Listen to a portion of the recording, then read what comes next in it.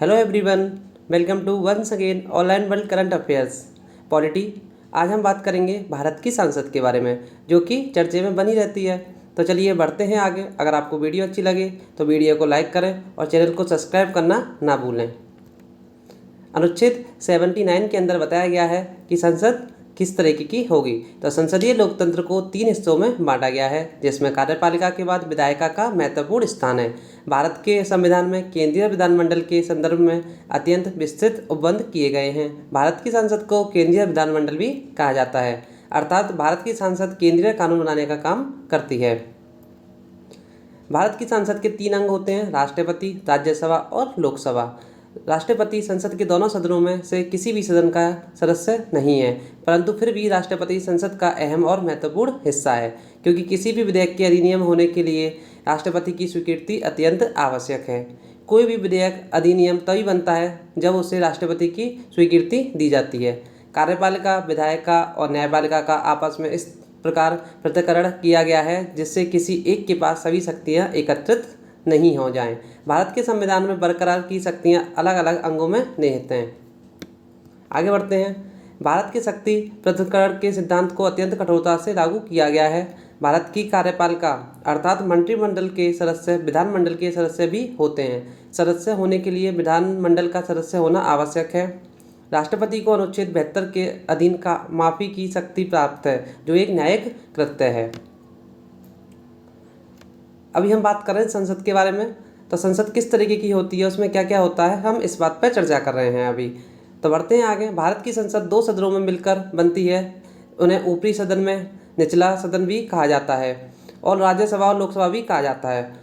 तो अगर ऊपरी सदन की बात करते हैं तो जिसे राज्यसभा के नाम से जानते हैं, और निचला सदन जो कि लोकसभा के नाम से जानी जाती है। राज्यसभा में सदस्यों का चुनाव अप्रत्यक्ष होता है और लोकसभा के सदस्यों का चुनाव प्रत्यक्ष होता है। अब हम बात करते हैं राज्यसभा की। राज्यसभा जिसका वर्णन आर्टिकल 80 के अंतर्गत किया गया है, अनुच्छेद 80 में इसके बारे में बताया गया है। राज्यसभा की अधिकतम सदस्य संख्या 250 है। इनमें से 238 सदस्य राज्य और संघ राज्य क्षेत्रों के निर्वाचित प्रतिनिधि होते हैं और 12 ऐसे सदस्यों को राष्ट्रपति नामांकित करता है जो साहित्य, कला, विज्ञान और सामाजिक सेवा के क्षेत्र में विशेष ज्ञान या वास्तविक अनुभव रखते हैं। नामांकित सदस्य राष्ट्रपति के निर्वाचन में भाग नहीं लेते हैं। ये महत्वपूर्ण पॉइंट है कि नामांकित सदस्य राष्ट्रपति के निर्वाचन में भाग नहीं लेते हैं। तो केवल 238 सदस्य ही हैं जो कि उसके राष्ट्रपति के इलेक्शन में भाग लेते हैं। आगे बढ़ते हैं। राज्यसभा एक स्थायी सदन है। इसका विखंडन नहीं हो सकता, इसको डिजॉल्व नहीं किया जा सकता, किंतु इसके 1/3 सदस्य प्रत्येक दूसरे वर्ष की समाप्ति पर रिटायर हो जाते हैं। इसी नीति के अनुसार 6 वर्ष तक राज्यसभा का सदस्य व्यक्ति रहता है। भारत का उपराष्ट्रपति राज्यसभा का पदेन सभापति होता है। तो भारत के जो उपराष्ट्रपति हैं वही कौन है? वही राज्यसभा के पदेन सभापति का भी काम करते हैं, as a speaker, ex chairman.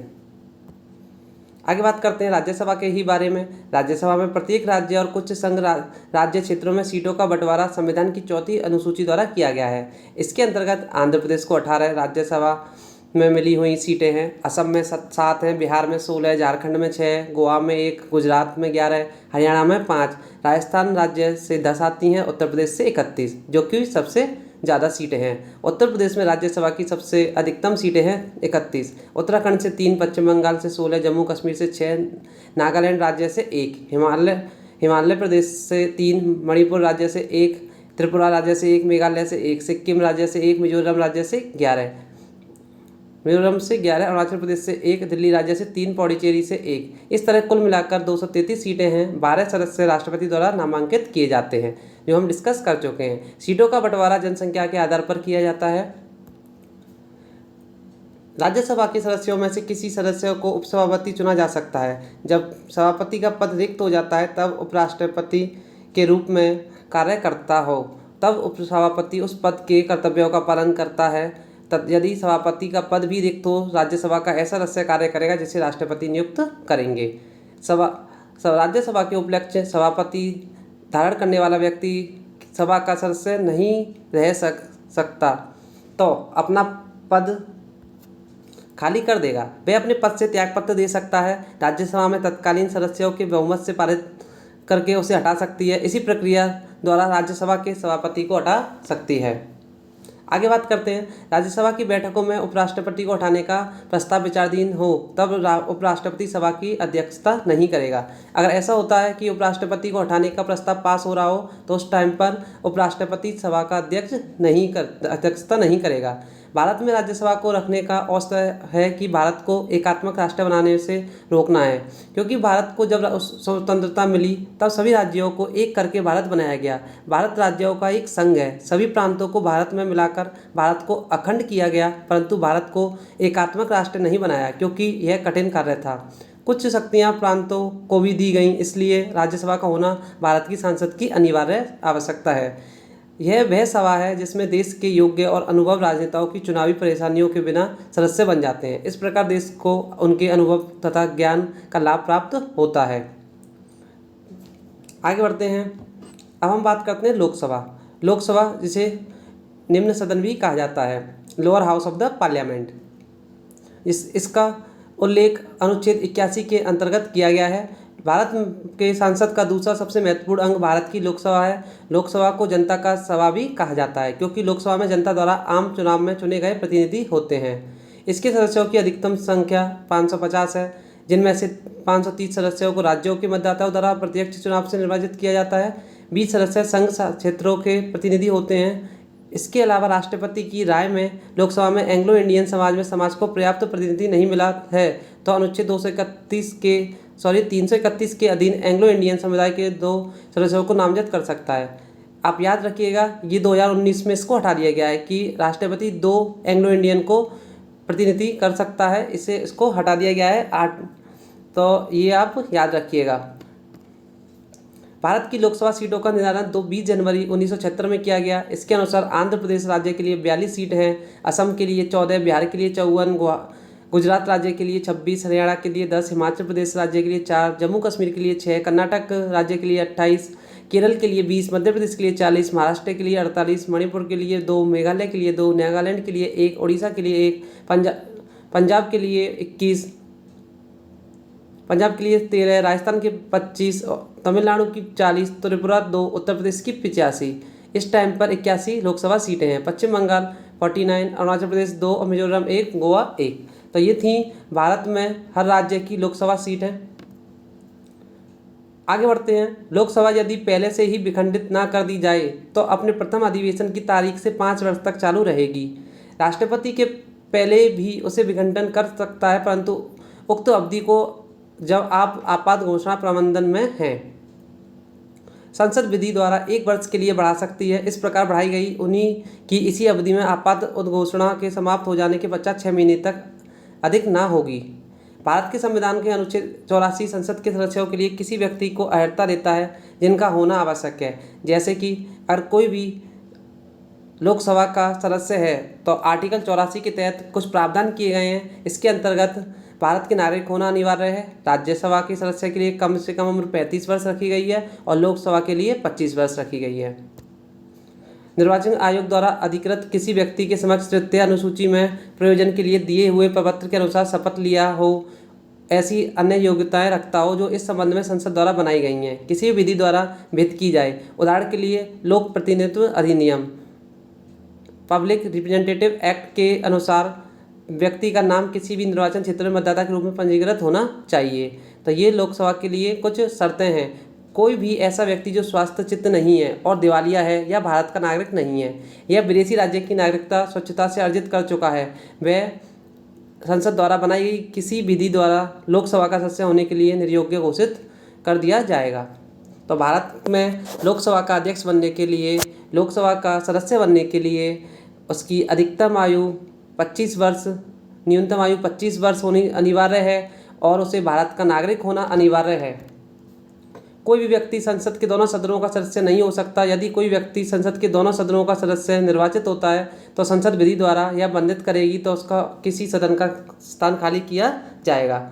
तो इस प्रकार अगर कोई भी व्यक्ति 2 सदनों में चुनकर आया है तो उसको एक ही सदन में रहना पड़ेगा। संसद के सत्र राष्ट्रपति समय समय पर संसद के प्रत्येक सदन को ऐसे समय और स्थान पर जैसा कि वह उचित समझें अधिवेशन के लिए आहत करते हैं। एक सत्र की अधिकतम बैठक और अगले सत्र की प्रथम बैठक के लिए नियुक्त तारीख के बीच में 6 महीने का अंतर होना चाहिए, अर्थात 6 महीने के बाद सत्र बुलाना ही होता है।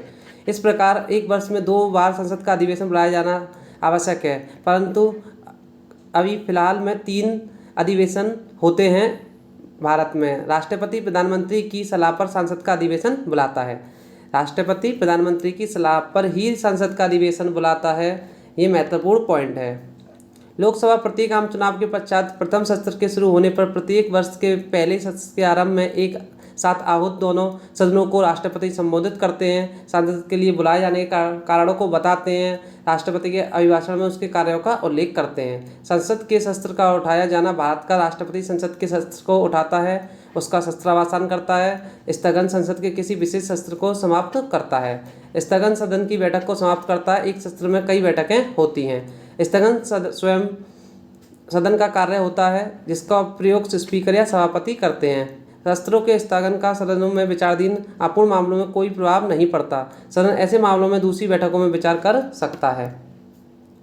संसद का समाप्त हो जाना, संसद उसकी समय अवधि के समाप्त हो जाने पर समाप्त हो जाती है, जिसके बाद नई लोकसभा के निर्माण के लिए निर्वाचन होना आवश्यक हो जाता है। राज्यसभा का गठन कभी नहीं होता। राज्यसभा एक सतत जारी रहने वाली प्रक्रिया है। महत्वपूर्ण पॉइंट है कि राज्यसभा का कभी विखंडन नहीं होता है, जिसके सदस्य चुनते रहते हैं और राज्यसभा बनी रहती है। स्थगन और विखंडन में अंतर यह है, आप कंफर्म करें, क्लियर करें कि शस्त्रावसान सदन के किसी विशेष शस्त्र को समाप्त करता है, जबकि विखंडन सदन को ही समाप्त कर देता है। लोकसभा को विखंडन करने की शक्ति राष्ट्रपति में निहित है। भारत के संविधान का अनुच्छेद 85 कहता है राष्ट्रपति समय समय पर लोकसभा का विखंडन कर सकता है। राष्ट्रपति जब चाहे लोकसभा का डिसॉल्व कर सकता है, लेकिन काउंसिल ऑफ मिनिस्ट्री की सलाह पर ही यह काम करेगा, प्रधानमंत्री की सलाह पर। इस मामले में राष्ट्रपति मंत्रिपरिषद के परामर्श से ही लोकसभा का विखंडन करते हैं। अभी बताया कि मंत्रिपरिषद काउंसिल ऑफ मिनिस्ट्री की सलाह पर, और काउंसिल ऑफ मिनिस्ट्री के हेड होते हैं प्रधानमंत्री, तो प्रधानमंत्री के कहने पर ही काम करते हैं। जब तक प्रधानमंत्री को लोकसभा को बहुमत का विश्वास प्राप्त है, राष्ट्रपति प्रधानमंत्री के परामर्श को मानने के लिए बाध्य है और वह उसके परामर्श से ही लोकसभा का खात्मा कर सकता है। यदि किसी विषय पर सरकार लोकसभा में पराजित हो जाती है तो प्रधानमंत्री स्वयं अपने मंत्रिमंडल का त्यागपत्र दे देगा।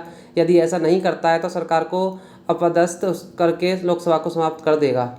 असल में संसद का विखंडन नहीं होता है, राज्यसभा तो हमेशा बरकरार ही रहती है। ऐसा कभी नहीं होता कि संसद के तीनों अंग राष्ट्रपति, राज्यसभा और लोकसभा तीनों एक साथ समाप्त हो जाएं।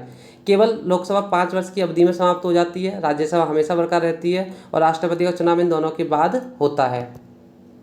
अब हम बात करते हैं कुछ प्रश्न की, जो चलिए बढ़ते हैं अभ्यास प्रश्न। निम्न में से कौन सा भारत की संसद का अंग नहीं है? तो आपके ऑप्शन है राष्ट्रपति, राज्यसभा, लोकसभा, लोकसभा अध्यक्ष। तो इसका सही आंसर है लोकसभा अध्यक्ष। नेक्स्ट, भारत की संघीय व्यवस्थापिका को किस नाम से जाना जाता है? आपके ऑप्शन है लोकसभा, राज्यसभा, प्रतिनिधि सभा, संसद। पिछली परीक्षाओं में आए हुए प्रश्न हैं, तो आप इनको सही से लगाएं। तो इसका सही आंसर है संसद। अगर आपको वीडियो अच्छी लगे, आपको क्वेश्चन अच्छे लगे हुए हैं, तो आप वीडियो को लाइक करना ना भूलें और चैनल को प्लीज़ सब्सक्राइब करें। संसद के किसी सदन को प्रतिनिधि सभा भी कहा जाता है? संसद के किस सदन को प्रतिनिधि सभा भी कहा जाता है? आपके ऑप्शन है लोकसभा को, राज्यसभा को, उपयुक्त दोनों को, इनमें से कोई नहीं। तो इसका सही आंसर है लोकसभा को। भारतीय संसद बनती है केवल लोकसभा द्वारा, राज्यसभा लोकसभा के द्वारा, लोकसभा एवं राष्ट्रपति के द्वारा, लोकसभा राज्यसभा एवं राष्ट्रपति के द्वारा। तो इसका सही आंसर है लोकसभा, राज्यसभा एवं राष्ट्रपति के द्वारा। निम्नलिखित में से कौन सा एक प्रावधान भारतीय संविधान के अंतर्गत संसद के सदस्यों के विशेषाधिकारों तथा उन्मुक्तियों को निर्धारित करता है? ऑप्शन है अनुच्छेद 104, अनुच्छेद 105, अनुच्छेद 82, अनुच्छेद 117। तो इसका सही आंसर अनुच्छेद 105। आगे बढ़ते हैं। भारतीय संविधान के किस अनुच्छेद में कहा गया है कि संघ के लिए एक संसद होगी जो राष्ट्रपति और 2 सदनों से मिलकर बनेगी? तो इसका सही आंसर है अनुच्छेद 79। 79 अनुच्छेद कहता है कि संघ के लिए एक संसद होगी जो राष्ट्रपति और 2 सदनों से मिलकर बनी होगी। आगे बढ़ते हैं। निम्नलिखित कथनों में से कौन सा असत्य है? लोकसभा को संसद का प्रथम सदन कहा जाता है। राज्यसभा को संसद का द्वितीय सदन कहा जाता है। राज्यसभा एक अस्थायी सदन है। लोकसभा संसद का लोकप्रिय सदन है। तो इसका सही आंसर है राज्यसभा एक अस्थायी सदन है जो कभी भंग नहीं होती है। निम्नलिखित कथनों में से कौन सही है? लोकसभा भारतीय जनता का प्रतिनिधि सभा है। राज्यसभा संसद का उच्च सदन है। राज्यसभा राज्यों का प्रतिनिधित्व करता है। उपयुक्त सभी। तो इसका सही आंसर है उपयुक्त सभी। आगे बढ़ते हैं। भारतीय संसद की संप्रभुत्व प्रतिबंधित है। भारत के राष्ट्रपति की शक्तियों से, न्यायिक समीक्षा से, विपक्षी दल के नेताओं से, भारत के प्रधानमंत्री की शक्तियों से। तो इसका सही आंसर है न्यायिक समीक्षा से। आगे बढ़ते हैं। कोरम के संबंध में कौन सा कथन सत्य है? कोरम प्रत्येक सदन में पीठासीन अधिकारी को हटाकर कुल सदस्यों का 10वां हिस्सा होता है। कोरम केवल लोकसभा में ही पूरा किया जाता है। कोरम पूरा होने के लिए लोकसभा में 55 सदस्य और राज्यसभा में 25 सदस्य होने चाहिए। यदि प्रधानमंत्री चाहे तो सदन का कोरम पूरा न होने पर भी कार्यवाही शुरू कर सकता है। तो इसका सही आंसर है कोरम पूरा होने के लिए लोकसभा में 55 सदस्य और राज्यसभा में 25 सदस्य होने चाहिए। तो ये थे महत्वपूर्ण 10 क्वेश्चन महत्वपूर्ण जो परीक्षा में आए हुए हैं। अगर आपको वीडियो अच्छी लगे तो वीडियो को लाइक करना ना भूलें। और इसी तरीके से अगर आपको लाइव क्लास चाहिए तो प्लीज़ कमेंट बॉक्स में बताएं।